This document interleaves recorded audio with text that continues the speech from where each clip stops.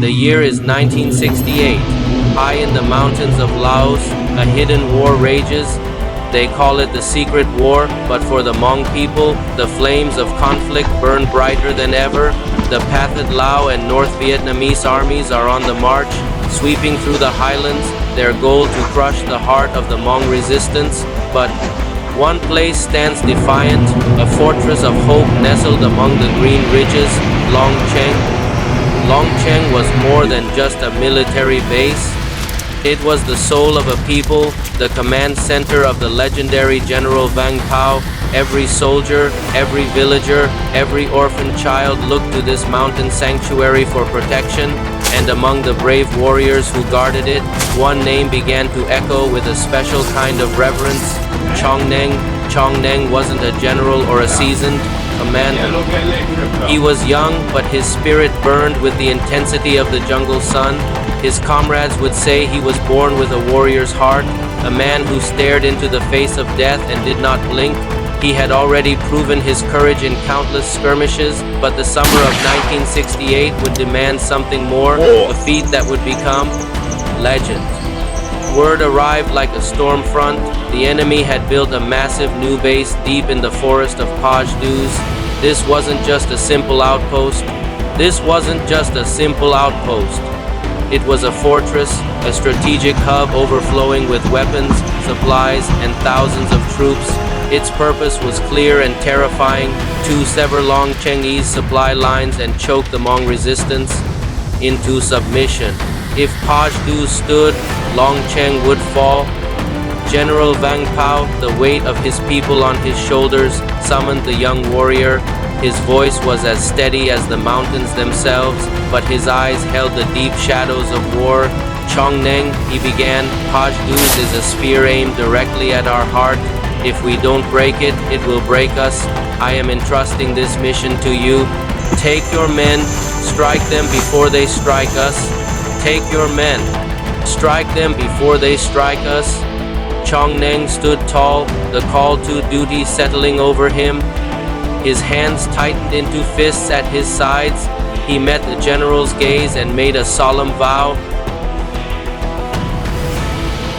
General, I will not fail you. I will not fail our people. The promise hung in the air, heavy with the lives it would cost and the lives it would save. The march began in the pre-dawn darkness. Chong Neng led his column of brave soldiers into the labyrinthine jungle. The air was thick and humid, heavy with the scent of damp earth and decaying leaves. Their boots sank into the mud with each step, their rifles a constant weight on their shoulders. Overhead, unseen birds cried out, their calls like a lament for the violence that was to come. The forest itself seemed to hold its breath. At night, they made camp in silence. The firelight danced across the faces of young men far from home. Some whispered quiet prayers, their hands clasped tight. Others stared into the flames, their thoughts drifting back to wives and children in Long Cheng. Chong Neng moved among them, a pillar of calm in the gathering storm. He spoke not as a commander, but as a brother. Tomorrow will be difficult, he said, his voice low but clear. Some of us may not return, but remember why we are here. We fight so our families can live in peace. Every step we take, every bullet we fire is for them. It is for our future. His words were a bomb, extinguishing fear and igniting a fierce resolve in the hearts of his men. His words were a bomb, extinguishing fear and igniting a fierce resolve in the hearts of his men. At first light, the jungle erupted.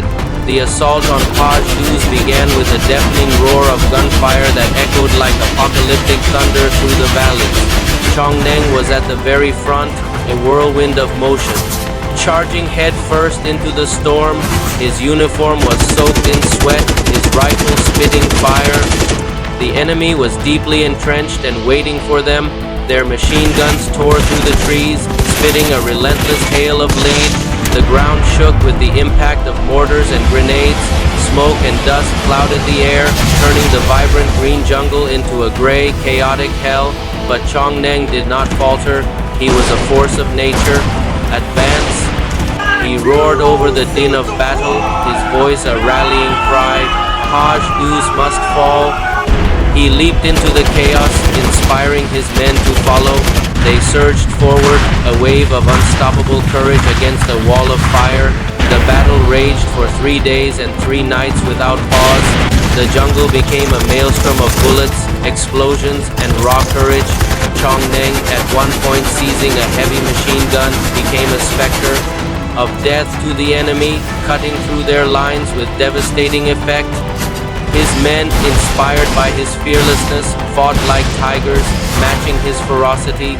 Many fell, their lives given for the defense of their homeland, but not a single man turned back.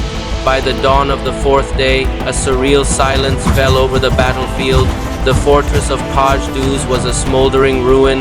The enemy, once so confident and seemingly unbreakable, had been shattered. They fled in terror, abandoning their weapons, their supplies, and their dead.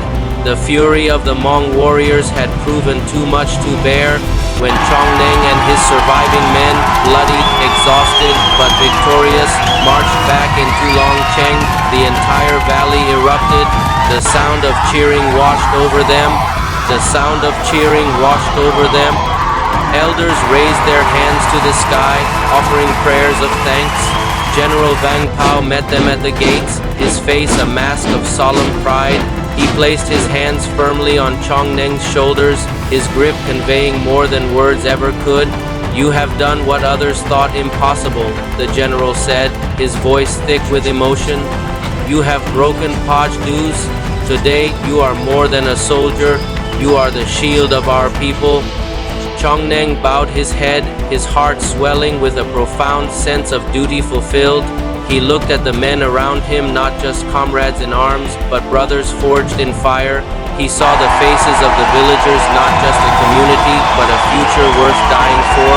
From that day on, the name Chong Neng became a legend. In the evenings, around the campfires of Cheng, old men would tell the story to wide-eyed children. "Never forget 1968, they would whisper. Never forget the day the fortress of Puaj fell, and never forget the young warrior who fought without fear. Never forget Chong Neng." Though the secret war would continue to cast its long shadow, the story of Puaj became a beacon in the darkness, a powerful reminder that even in the most desperate of times, the courage of a few can change the course of history. Thank you for joining us to hear this incredible story of bravery and sacrifice. If you were moved by the courage of Chong Neng and the Hmong people, please like this video and subscribe to our channel for more stories of forgotten heroes. We'll see you next time.